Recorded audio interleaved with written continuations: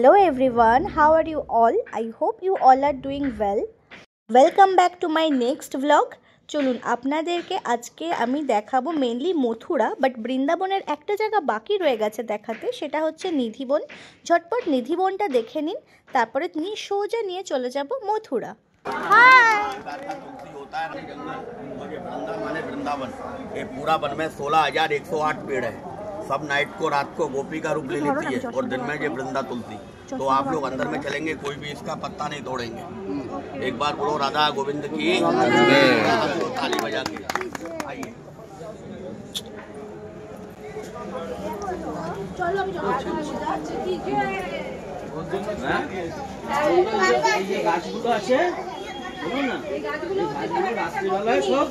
রাধা রানী হয়ে যায়, ঠিক আছে? রাধা রানী বিভিন্ন আবার রাধা রানী, হ্যাঁ রাধা রাত্রেবেলা হয়, সব নিচে হয়, নিচের দিকে ঢোকে কৃষ্ণকে মনে হয় কৃষ্ণের চরণ ছুঁতে চায়, চরণ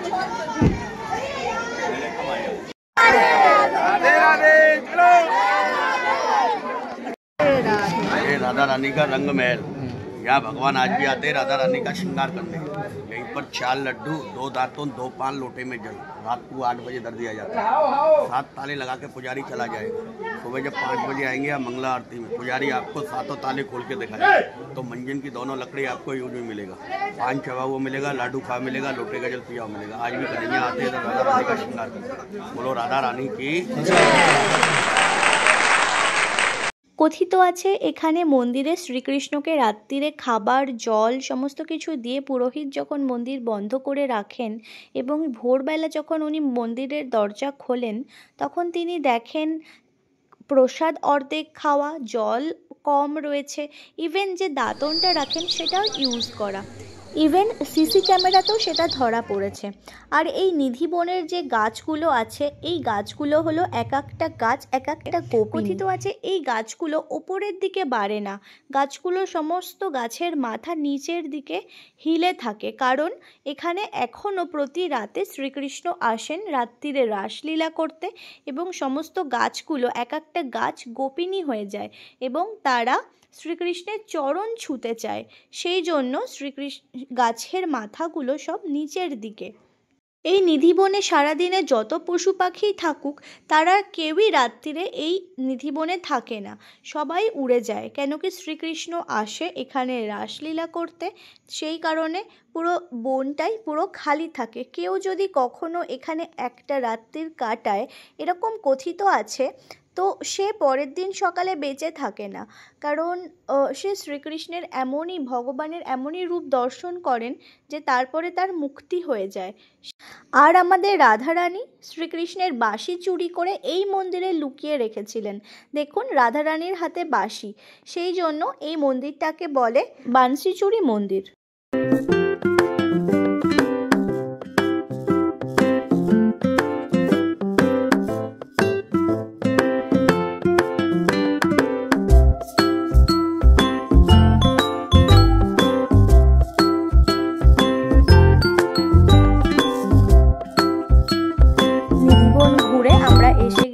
ব্যাক হোটেলে ফার্স্টে আমরা সবাই ব্রেকফাস্ট করে নিচ্ছি, তখন অ্যাবাউট 10টার আশেপাশে বাজে, অ্যান্ড দেন আমরা চেক আউট করে হোটেল থেকে বেরিয়ে যাব, সোজা চলে যাব মথুরা।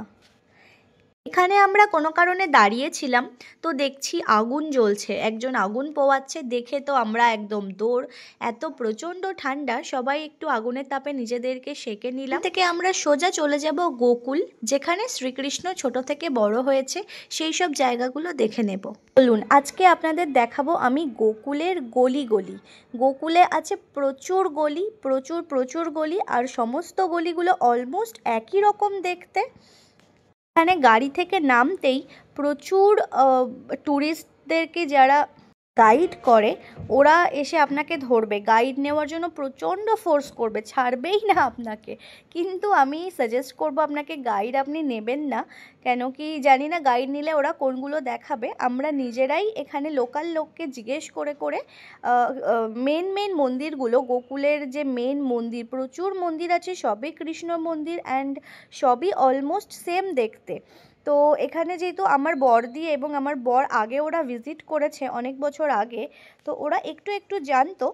আর লোকাল লোককে জিজ্ঞেস করে করে আমরা একদম পৌঁছে গেছি সোজা নন্দর বাড়িতে।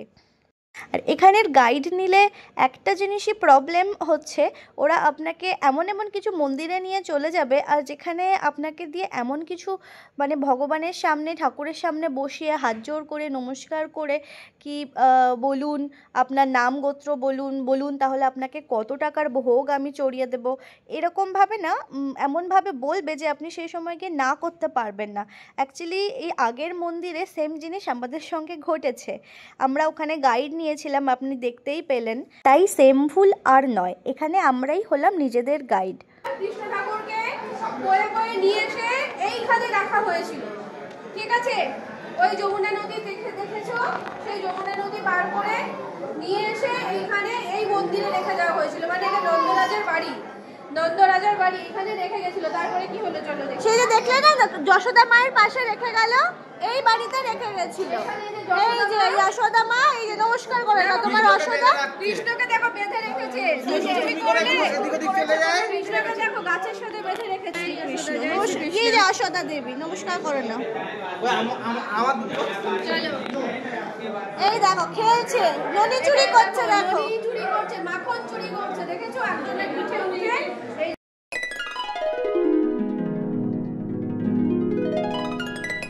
দেখি যেই হাত করেছে, দেখছে মুখের মধ্যে পুরো পৃথিবী।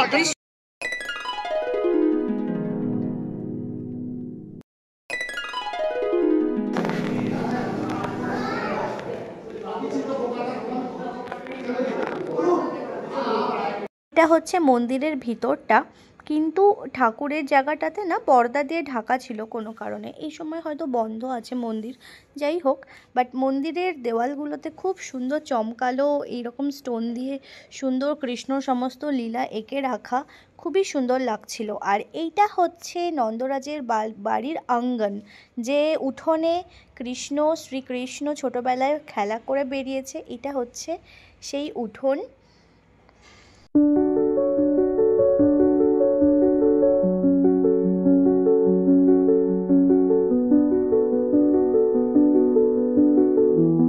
নন্দরাজের বাড়ি থেকে বেরিয়ে আমরা সোজা চলে গেলাম যমুনা নদীটা দেখতে। এটা একদম জাস্ট পাশেই ছিল, নন্দরাজের বাড়ির জাস্ট আই থিঙ্ক একটা দুটো গলি পাশেই ছিল যমুনা নদী যাওয়ার গলি।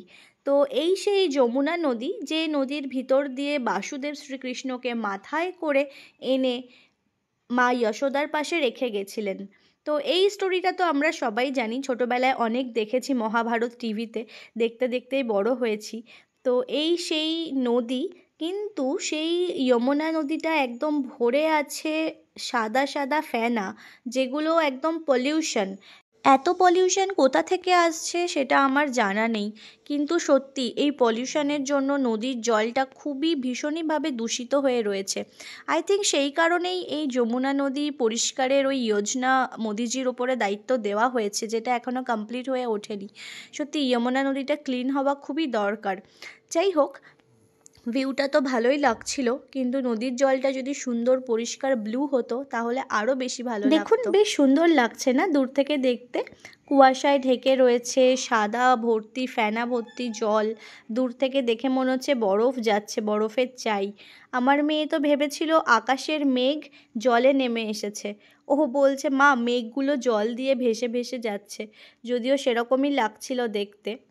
আর এই হচ্ছে আমাদের পুরো টিম, আমরা 4 ভাই বোন অ্যান্ড তাদের ফ্যামিলি।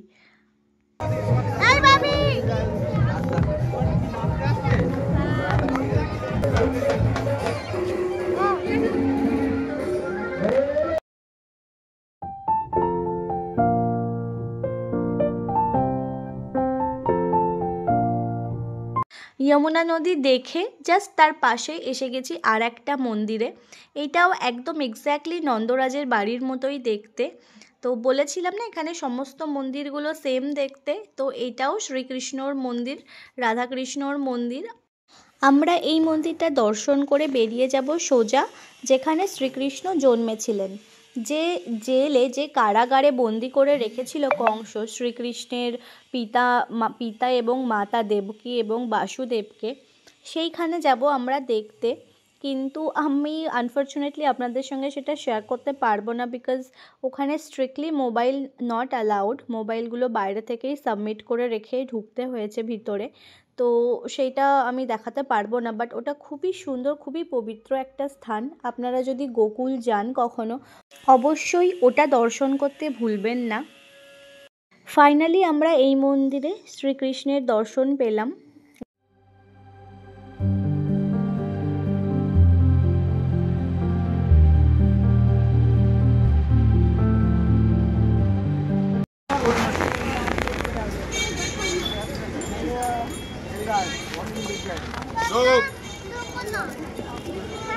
चलो भाभी, भाभी पापा हाथ धरो।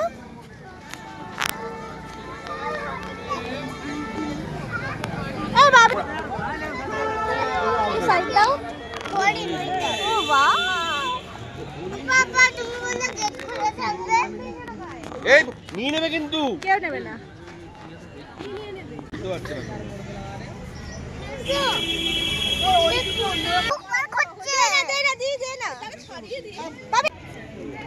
না अरे अब नहीं आ वाला ही नहीं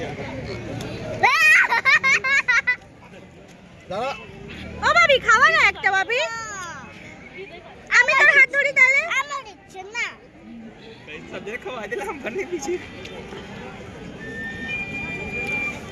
এই দেখ गद्दा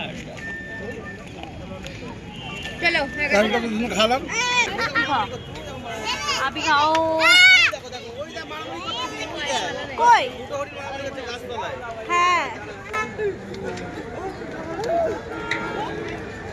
है उसका देखो, ठीक है तो पकड़ लिया।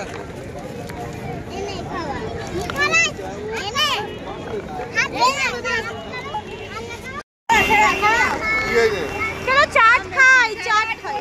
তিনটে মিলে 30 টাকা का একটা প্লেট আমাকে দিয়ে দাও বলছে। কটা হবে? আমি বললাম এটা একটু দাও, এটা একটু দাও, ওটা একটু দাও। 30 এখানে ম্যাগিটা খেয়ে নেবে। হ্যাঁ চাট ফাট একটু খেয়ে নিই চল। এই হরিণগুলো আমরা যেখানে দেখলাম এটা ছিল রামন রেটির অপোজিটে। আমরা ভেবেছিলাম ওটা দেখব, বাট ওটাও সেই একই 4টে থেকে খোলে। তো তখন বাজে 3টে। এরপরে আমাদের এখনও শ্রীকৃষ্ণের জন্মস্থান দেখা বাকি রয়েছে, যে কারণে আর প্রচণ্ড লাইন ছিল ওখানে। তো যে কারণে আমরা ওখানে আর যাইনি, যেহেতু শ্রীকৃষ্ণর জন্মস্থানটা বেশি ইম্পর্টেন্ট ছিল দেখা। তো আমরা এখান থেকে সবাই একটু কিছু স্ন্যাক্স খেয়ে নিলাম, সবাই ম্যাগি চাট যার যা খাওয়ার খেয়ে নিয়েছিলাম। অ্যান্ড শ্রীকৃষ্ণের জন্মস্থানও অলরেডি আমাদের দর্শন করা হয়ে গেছে।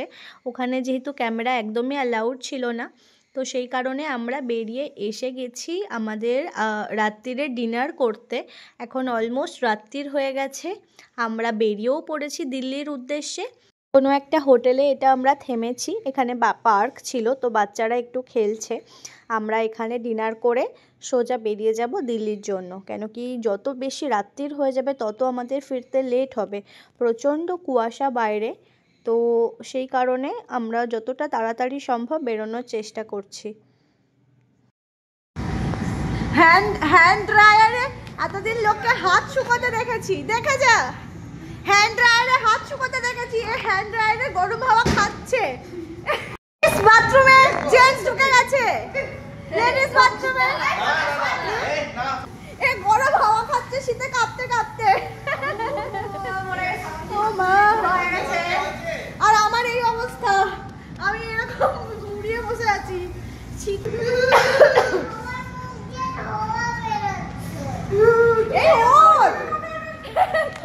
আগুন পোহাতে বসেছে,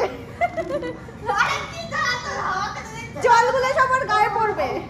অর্পিতা কই?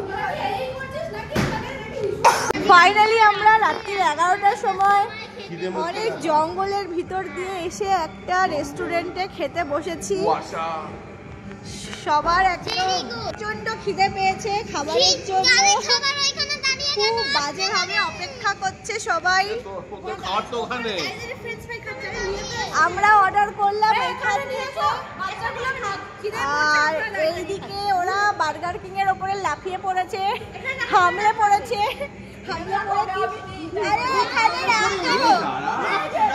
এদিকে দে, আরে আমার মেয়েকে দাও, আরে মেয়েকে দে। পেরি পেরি বলেছিলাম যে পেরি পেরি গরম গরম ভাবি, ও বাবা দাঁড়া, পেরি পেরি দাঁড়াও 1 মিনিট, বানাইনি আগে থেকে বলে বাচ্চা। এটা কি দিয়েছে? পুরো একটা বুকার মধ্যে বাচ্চাকে একটা না সেটা না পড়ে যাবে।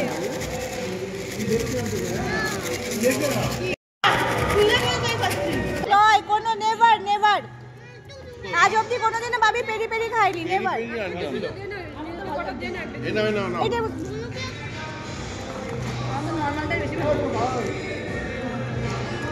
কোনোদিনও পেরি পেরি খাওয়া হয় না, এখনো হয়নি। বাড়িতে খাওয়া হবে না, বাড়িতে সস আছে তো, এগুলো দিয়ে দেবো, আমাদের পয়সা নেই যেগুলো নিয়ে নেয় তোরা রেখে দিবি পাউচগুলো, কোথাও গেলে ঘুরতে টুকটাক লাগে তো রেখে দিই, কিন্তু সেই ভুলে যায়, ফ্রিজে থাকে। আমরা বড় বড় প্লেট এসছে সামনে, এখনো কিছু আসেনি।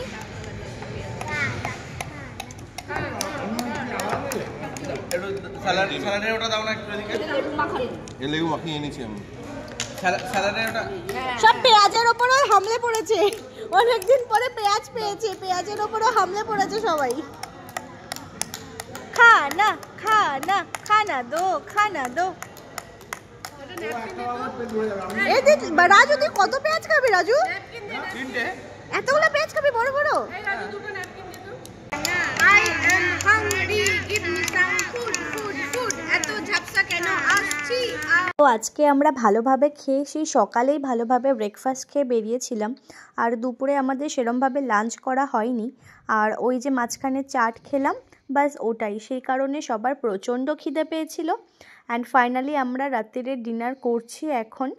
এখান থেকে দিল্লি এখনও 150 কিলোমিটার বাকি আছে। ওই যে বলে না দিল্লি বহুত দূর হে ভাই, আজকেও আমাদের সেরমই মনে হচ্ছে, কেন কি রাস্তা এতটাই কুয়াশায় ঢাকা, জাস্ট কিছু দেখা যাচ্ছে না। মানে এইটা তো তাও কম, এরপরে আরও এত বেশি কুয়াশা ছিল, জাস্ট সামনেটা কিছুই দেখা যাচ্ছিল না। তো সেই কারণে আমরা একদম মানে রাধে রাধে রাধে রাধে বলতে বলতে বাড়ি পৌঁছেছি ফাইনালি। তো এই হলো আমাদের মথুরা সমস্ত কিছু ঘোরার ভিডিও, আপনাদের সঙ্গে শেয়ার করলাম। কেমন লাগলো জানাতে ভুলবেন না। দেখা হচ্ছে নেক্সট ব্লগে, ততক্ষণ সবাই ভালো থাকবেন, সুস্থ থাকবেন, টাটা।